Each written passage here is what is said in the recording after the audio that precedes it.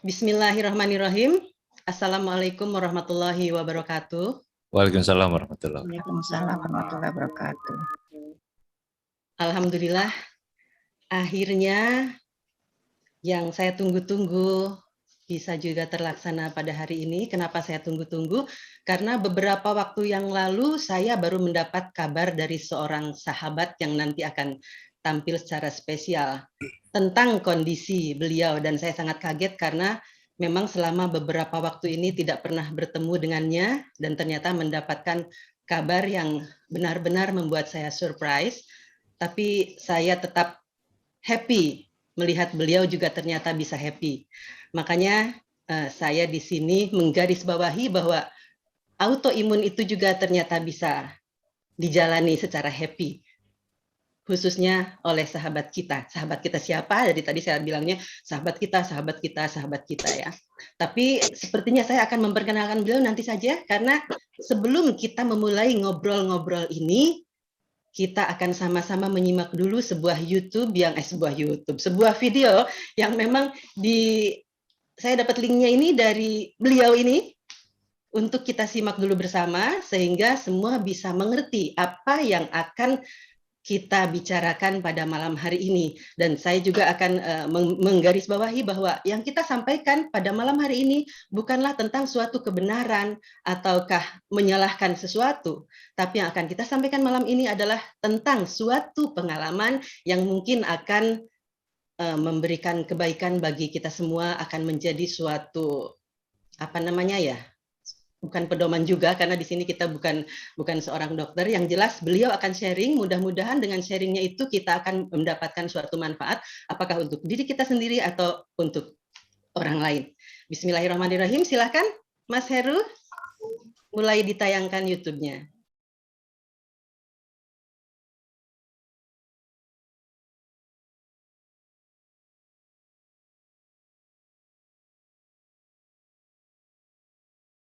Saya Iris Rengganis, profesi saya adalah sebagai seorang dokter penyakit dalam, khususnya di bidang alergi imunologi, yang menjadi pintu pertama untuk pemeriksaan suatu penyakit yang kita sebut autoimun. Saya saat ini sebagai penyintas autoimun, Sjogren Syndrome, dan saat ini saya sebagai Ketua Dewan Pembina Marisa Cordoba Foundation, dan juga Ketua Pengurus Besar Perhimpunan Alergi Imunologi Indonesia.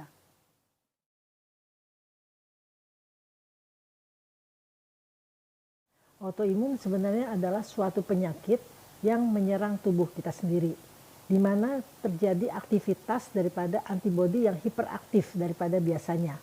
Harusnya antibodi itu adalah tujuannya untuk melindungi tubuh kita. Tetapi pada autoimun, tubuh kita tidak mengenal mana musuh, mana kawan. Sehingga antibodi yang dibentuk oleh tubuh itu hiperaktif dan menyerang ke tubuh kita sendiri. Tubuh yang diserang itu berbagai organ, bisa ke kulit, ke mata, ke hidung, tenggorok, jantung, dan sebagainya. Sehingga penyakit autoimun seringkali kita sulit untuk awal mendiagnosanya, karena gejalanya sangat-sangat umum. Biasanya terjadi lemas-lemas, dan orang mikir, karena saya capek, saya lemes. Sangat logik sekali. Kemudian mungkin juga karena terlalu stres, orang bilang itu penyakit karena stres.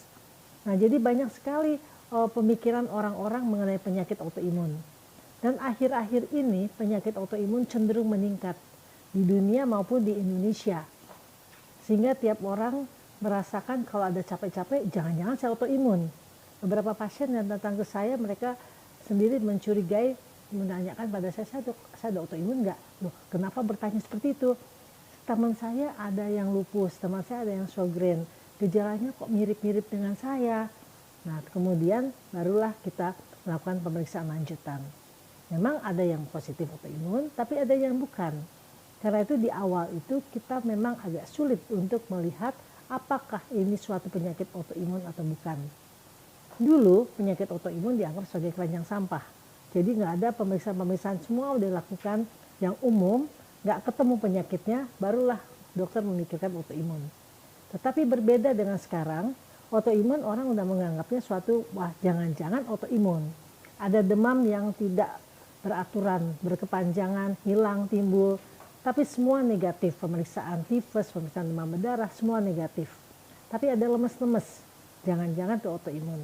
Jadi kita memang beredukasi pada pasien itu harus lebih kasih waktu dibandingkan kalau dia tidak autoimun. Jadi saya sangat mengharapkan pada dokter-dokter yang lain juga memberi waktu kepada pasien yang autoimun supaya penyakit ini bisa sama-sama dikontrol dengan baik. Kita tahu penyakit autoimun itu sulit untuk disembuhkan. Ini merupakan suatu penyakit kronik yang akan diidap oleh seseorang untuk seumur hidupnya. Tetapi bisa dikontrol tanpa obat.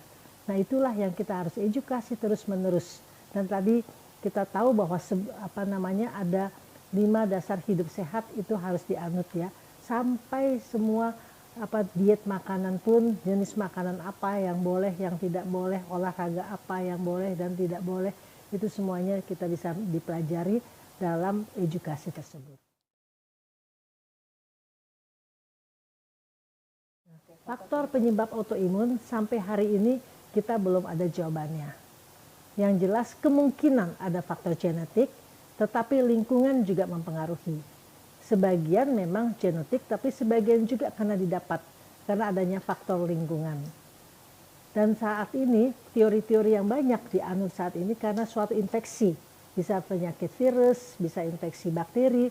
Karena itu pada suatu penyakit autoimun kita juga akan mencari apakah dia ada infeksi-infeksi yang virus ataupun bakteri, itu harus kita pikirkan. Atau dulu-dulunya dia pernah terinfeksi suatu penyakit tertentu yang akan menyebabkan suatu hari menjadi satu autoimun. Jadi kita kalau mau secara gamblang, apakah sebabnya? Sebabnya kita belum tahu. Sebagian genetik, tetapi yang jelas lingkungan akan banyak mempengaruhi seperti infeksi virus maupun bakteri.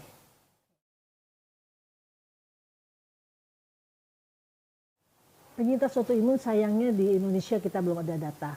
Tapi di Amerika Serikat, autoimun menduduki peringkat yang nomor 3 penyakit yang mematikan yang menyerang 50 juta penduduknya. Bayangkan, ya kita di sini nggak ada data tetapi cenderung meningkat.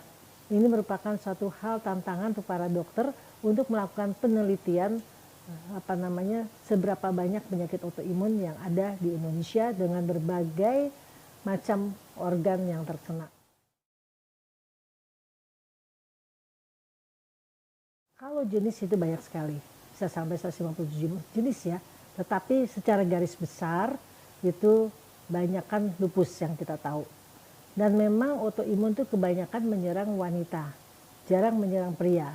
Mungkin disebabkan karena ada hubungan dengan hormon estrogen. Itu banyak teori-teori yang memikirkan jangan-jangan hubungannya dengan estrogen. Karena kita melihat pada seseorang yang autoimun, pada saat dia hamil, autoimunnya biasanya menjadi lebih buruk. Karena itu kita harus mengontrol betul-betul orang yang autoimun akan hamil, itu sebelumnya itu harus dipersiapkan. Ya artinya obat-obatannya semua sudah minimal, sudah terkontrol, baru nanti ke dokter kebidanannya bilang, oh ini sudah bisa hamil. Ya jadi kerjasama dengan dokter kebidanan pada seseorang yang ingin hamil pada orang autoimun itu perlu sekali dilakukan di awal, rencana yang baik. Karena pengobatan itu kita tahu bahwa beberapa obat itu tidak boleh untuk janin. Jadi kita harus berhati-hati dalam hal itu. Gejala umumnya itu apa, Dok? Nah, gejala umum daripada penyakit autoimun itu ada 8 gejala umum ya. Misalnya kerontokan rambut yang berlebihan. Kalau rambut normal memang kita keramas itu bisa rontok. Ya, tapi kalau yang berlebihan, kadang-kadang kita cuma megang begini saja lepas. Kadang-kadang gigit bantal banyak yang udah rontok kalau kita bangun tidur. Jadi kerontokan rambut yang berlebihan. Nyeri sendi yang nggak jelas. Nanti tiba-tiba di kaki, di tangan, di bahu, seringkali pindah-pindah dan hilang timbul. Kadang nyeri sekali, minum obat anti nyeri kok masih, ya kadang-kadang pakai obat gosok, oles masih, tapi terus hilang tiba-tiba. Terus nanti nyeri lagi. Nah jadi nyeri sendi yang tidak khas sebetulnya ya. Ruam-ruam di kulit seringkali muncul dan kelelahan yang ekstrim. Yang biasanya kita mengerjakan suatu pekerjaan dalam waktu 1 jam bisa banyak sekali, tapi saat ini kok lemes banget ya. Belum 1 jam kok udah capek. Nah itu kita harus memikirkan jangan-jangan ada autoimun. Jadi kelelahan yang ekstrim ya, kalau kita capek ya karena kerja ya memang capek, tetapi kelelahannya ekstrim. Kemudian demam yang cukup lama yang seperti tadi saya sebutkan, demam yang tidak jelas sebabnya. Penurunan berat badan kadang-kadang nggak jelas ya. Kemudian sariawan di mulut yang berlangsung cukup lama atau lebih dari 2 minggu. Nah itu harus kita pikirkan jangan-jangan ada autoimun. Kemudian mudah lupa, mesti hal-hal sederhana. Nah ini yang kadang-kadang orang mikir saya memang lupa, saya jadi pelupa, tapi pelupanya berlebihan. Jadi kadang-kadang kita baru naruh sesuatu barang, nah di mana ya kita taruh? Atau barusan kita mau mengerjakan sesuatu, kita ke ruangan itu, kita mau ngapain sih ke ruangan ini ya? Ketemu orang, seringkali kita lupa namanya, padahal orang itu dekat dengan kita.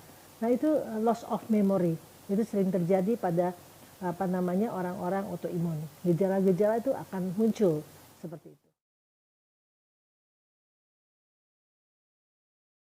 Nah, kita untuk pola hidup sehat ya. Jadi untuk dengan mendampingi pasien, sekaligus saya tahu sendiri bahwa kondisi saya juga sebagai penyintas autoimun itu berbagi dengan pasien itu merupakan hal yang luar biasa. Ya, jadi artinya kita juga bisa berbagi kepada pasien pengalaman kita, tetapi dari pasien pun saya mendapat satu hal yang bisa memberi suatu masukan untuk saya. Jadi dalam hal ini kerjasama dengan pasien tidak hanya mengobati pasien, tetapi dengan saya mengobati pasien, saya mendapat banyak sekali pengalaman bagaimana kita bisa menenangkan pasien dalam hal autoimun. Umumnya orang yang tahu autoimun di awal itu sangat amat sedih dan nggak bisa menerima kenyataan. Kok saya autoimun? Kenapa saya? Memang autoimun bukan penyakit kanker, tetapi bisa juga mematikan. Nah, jadi autoimun itu kita harus ikhlas. Pertama kita ikhlas bahwa kita adalah penyintas seorang autoimun. Ikhlas, kemudian kita jalani hidup sehat. Ya, kita jalani obat-obatan, diet makanan, dan juga hal-hal yang berhubungan yang lain. Ya, jadi banyak hal yang harus kita pelajari untuk autoimun itu. Tapi dengan adanya, saya merasa dengan adanya Marisa Cordoba Foundation ini beberapa waktu yang lalu melalui WhatsApp daripada handphone itu sangat amat memberi masukan kepada banyak orang dalam waktu sekaligus ya di seluruh Indonesia, seluruh Nusantara. Jadi kerjasama antara dokter dengan anggota-anggota dari foundation tersebut bisa bertukar pikiran. Pertanyaan-pertanyaan datang kepada saya itu pun akan membuat saya lebih lagi mempelajari penyakit autoimun. Dan juga banyak juga masukan yang saya tadinya nggak tahu, akhirnya saya juga bisa tahu. Jadi saling menambah kekayaan daripada pengetahuan untuk penyakit autoimun. Jadi penyakit autoimun makin dipelajari itu sebetulnya makin menarik buat kita untuk lebih lebih meningkatkan kualitas hidup. Dengan adanya saya penyakit autoimun, saya juga sekarang lebih mengerti, oh harusnya begini, harusnya begitu. Itu lebih, dan kepada pasien pun kita lebih sabar untuk memberi penjelasan. Karena kita pun merasakan apa yang pasien rasakan, kita rasakan. Kadang-kadang waktu saya belum cerita kepada pasien, pasien suka nanya, kok dokter tahu sih gitu. Dan hati saya pertama, ya kan saya juga penderita autoimun. Akhirnya saya cerita, oh pantesan dok. Gitu. Jadi kita sama ya, iya kita sama, tapi kita saling meningkatkan semangat gitu supaya kita bisa hidup sehat dan kita bisa lepas dari obat. Bisa lepas dari obat? Bisa kalau kita mau. Bisa lepas dari obat, tapi kita kontrol lingkungan penting sekali. Nah seperti itu.